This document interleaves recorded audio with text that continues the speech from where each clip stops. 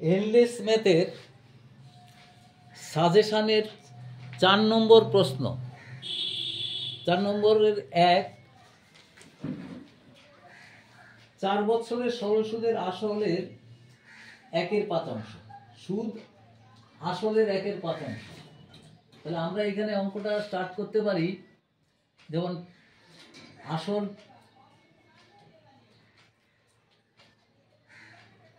P equal to হচ্ছে P টাকা, তারপর হচ্ছে সময় 4 বছর, T ইকুয়াল টু 4 বছর, আর সুদ হচ্ছে I ইকুয়াল টু হচ্ছে 1/5 T। তাহলে আমাদের R নির্ণয় করতে হবে। তাহলে আমাদের PTR ইকুয়াল টু 100I থেকে আমরা যদি বসিয়ে দিই P into 4 into R equal to 100 into 1/5 P কেটে গেল, এখানে 20, তাহলে R ইকুয়াল টু হচ্ছে 20/4 ইকুয়াল টু হচ্ছে 5%। তাহলে এখানে আমাদের উত্তরটা হবে 5%। এবার দ্বিতীয় নম্বর হচ্ছে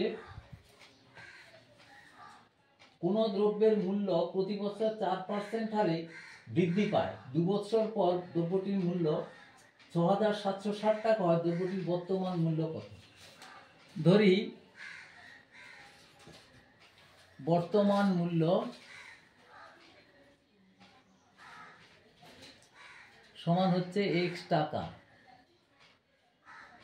তাহলে R হচ্ছে 4%। তাহলে আমরা শর্তানুযায়ী লিখতে পারি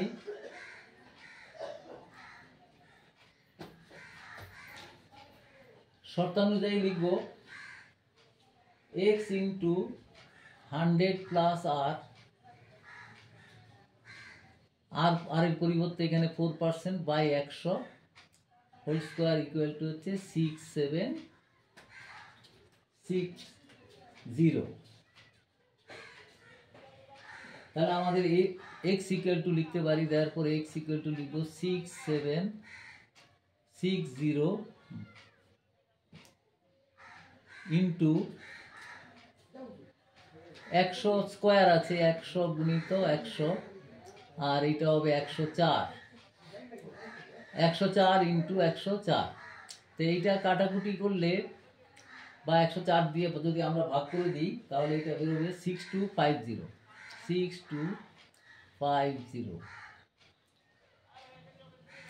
তাহলে এটা উত্তর হবে 6250 টাকা। এবার হচ্ছে 3 নম্বরের অঙ্কটি, 4x square plus 4 into P minus 3 into x minus P plus 18 equal to 0 সমীকরণের বীজদ্বয় সমান কিন্তু বিপরীত চিহ্ন যুক্ত হলে P এর মান কত? তো এখানে আমাদের সমীকরণটা দেওয়া আছে 4x square plus 4 into P minus 3 into x minus P plus 13 equal to 0। তাহলে আমাদের ax square plus bx plus 6 সঙ্গে যদি তুলনা করি তাহলে আমরা লিখতে পারি a equal to 4, b equal to লিখতে পারি 4 ইন্টু P মাইনাস 3, আর এখানে c ইকুয়াল টু লিখতে পারি মাইনাস P প্লাস 13। তো আমাদের যেহেতু বীজদ্বয় সমান এবং বিপরীত চিহ্নযুক্ত, সুতরাং শর্তানুযায়ী আমরা লিখব b ইকুয়াল টু 0, x এর সহগ যেটা আছে সেটা ইকুয়াল টু 0, সুতরাং 4 into P minus 3 equal to 0, therefore P minus 3 equal to 0। তাহলে P ইকুয়াল টু হচ্ছে 3, এইটাই आंसर। আমাদের P ইকুয়াল টু চেয়েছে, P ইকুয়াল টু হচ্ছে 3। এরপর হচ্ছে 4 নম্বরে অঙ্কে বলা আছে 3x square plus 5 into k plus 2 into x plus K plus one equal to zero সমীকরণের বীজদ্বয় একটি অপরটির অন্যন্য, তাহলে কে এর মান কত? তাহলে আমাদের সমীকরণটা দেওয়া আছে, সেটা একবার লিখে নিতে হয়। সেটা হচ্ছে 3x square plus 5 into K plus 2 into X plus K plus 1 equal to 0। তাহলে আমাদের A X square plus B X plus C equal to 0 সমীকরণের সঙ্গে তুলনা করলে A equal to 3, B equal to হচ্ছে 5 ইন্টু কে প্লাস 2 আর C equal to হচ্ছে K plus 1। তো বীজদ্বয় একটি অপরটির অন্যন্য, একটি অপরটির অন্যন্য হলে আমাদের শর্তানুযায়ী সি ইকুয়াল টু এ, শর্তানুযায়ী C equal to A. C মানে হচ্ছে এখানে K plus 1, K plus 1 equal to হচ্ছে এ মানে হচ্ছে 3, তাহলে K equal to 3 minus 1, therefore K equal to 2। তাহলে এখানে আমাদের লিখতে হবে কে ইকুয়াল টু উত্তরে 2। এরপর হচ্ছে 5 নম্বরে ত্রিভুজ এবিসি এর এবিসি 90 ডিগ্রি,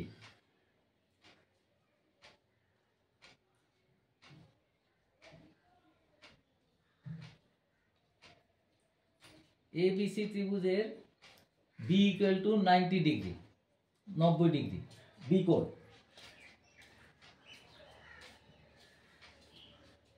এবং এসি এর মধ্যবিন্দু ডি।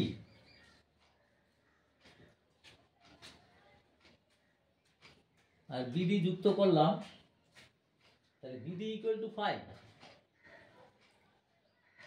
তাহলে এবিসি এর পরিবৃত্তের ব্যাস নির্ণয় করো। তো এবিসি এর পরিবৃত্তের ব্যাস যদি নির্ণয় করতে হয় তাহলে আমাদের এখানে দেখো, আমরা যদি ডি কে কেন্দ্র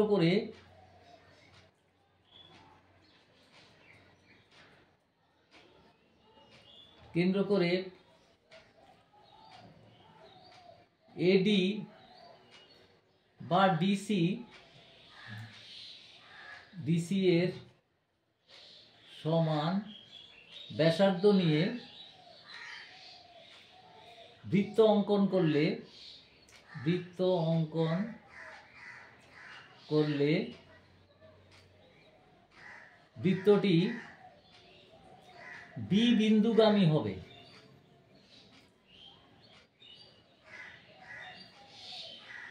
যেহেতু এ বি সি অর্ধবৃত্তস্থ কোণ হিসাবে এ বি সিটা হচ্ছে 90 ডিগ্রি, সুতরাং তাহলে এডি সমান ডিসি সমান বিডি হবে, সেটা সমান হবে 5 সেন্টিমিটার। সুতরাং এসি হবে এডি বা ডিসি এর দ্বিগুণ, 2 ইন্টু 5 সমান হচ্ছে 10 সিএম। তাহলে ব্যাসটা হবে পরিবৃত্তের, এটা একটা পরিবৃত্ত হয়ে যাবে, তাহলে তার ব্যাসটা হবে 10 সেন্টিমিটার। এবার হচ্ছে 6 নম্বর tan থিটা ইকুয়াল টু হচ্ছে 4/3।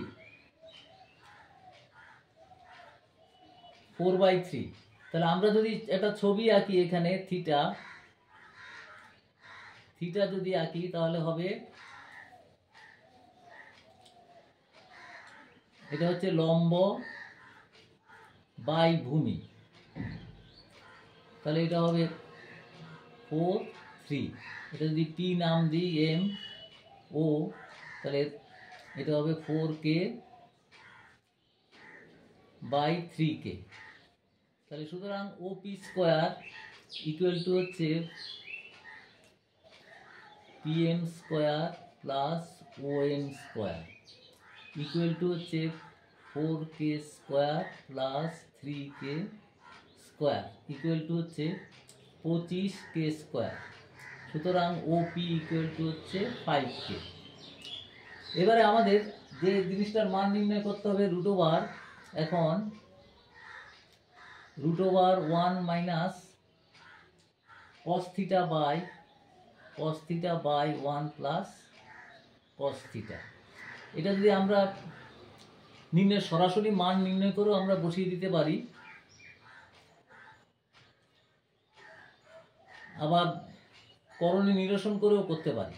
তাহলে আমরা যদি ঠিক আছে সরাসরি যদি বসিয়ে দিই 1 মাইনাস এটা 4k cos theta equal to কত? cos theta ইকুয়াল টু এটা 5k, এটা হচ্ছে 3k বাই 5k, আর sin theta cos theta ওইটাই দরকার 1 মাইনাস 3k বাই 5 বাই, বা করণে নিরসন করে দিই, তাহলে এটা কত হবে? 1 plus cos theta into 1 minus cos theta by 1 plus cos theta into 1 minus cos theta। তাহলে এটা হবে root over 1 minus cos theta whole square, আর এটা হবে sin square theta 1 minus cos square theta. তাহলে এটা হবে 1 মাইনাস cos theta বাই, এটা sin স্কোয়ার থিটা হয়ে যাবে, তারপর sin থিটা ইকুয়াল টু হচ্ছে cosec theta minus cot theta. দেখো cosec থিটা ইকুয়াল টু কত? cosec থিটা ইকুয়াল টু হচ্ছে 5k by 4k, R cot থিটার মান হয়ে যাবে tan থিটার উল্টো 3/4। তাহলে 4 লসাগু কে কেটে গেল, তাহলে বাই 2 ইকুয়াল টু 1/2। এরপর আছে 7 নম্বর sin 3 আলফা ইকুয়াল টু হচ্ছে 1, sin 3 আলফা ইকুয়াল টু হচ্ছে 1, 3 আলফা যদি 1 হয় তাহলে cot alpha minus cot 2 alpha equal to কত? তাহলে আমরা লিখতে পারি এটা sin 3 আলফা ইকুয়াল টু হচ্ছে sin 90, তাহলে 3 আলফা ইকুয়াল টু হচ্ছে 90, আর এটা হবে আলফা ইকুয়াল টু হবে 30 ডিগ্রি। তাহলে এখন এটা মান নির্ণয় তো cot alpha minus tan 2 alpha, তাহলে cot আলফা মানে হচ্ছে cot 30 degree minus tan 2 alpha মানে হচ্ছে 2 ইন্টু 30 60 ডিগ্রি। তাহলে এটা মান হবে √3 মাইনাস √3 সমান 0। তাহলে এটার মানটা 0 হয়ে গেল, এটার মানটা হচ্ছে 0। এরপরে আসছে 8 নম্বর sin square theta sin square x plus sin square y plus sin square y equal two 1। তাহলে sin x plus y equal to কত? এটা আমরা লিখতে পারি sin square x equal two 1 minus sin square y। তাহলে লিখতে পারি sin square x equal two cos square y। তাহলে sin x ইকুয়াল টু হচ্ছে cos y। সুতরাং sin x ইকুয়াল টু লিখতে পারি এটা sin 90 মাইনাস y। সুতরাং এই জায়গা থেকে আমরা লিখতে পারি এখানে যে x equal to 90 minus y। তাহলে x plus y equal to হচ্ছে 90। তাহলে x plus y by 2 equal to হচ্ছে 45 ডিগ্রি। তাহলে sin x plus y by 2 equal to হচ্ছে sin 45 ইকুয়াল টু হচ্ছে 1/√2। তাই এটার উত্তরটা হবে 1/√2। এই 8টা অঙ্ক কমপ্লিট হলো আমাদের।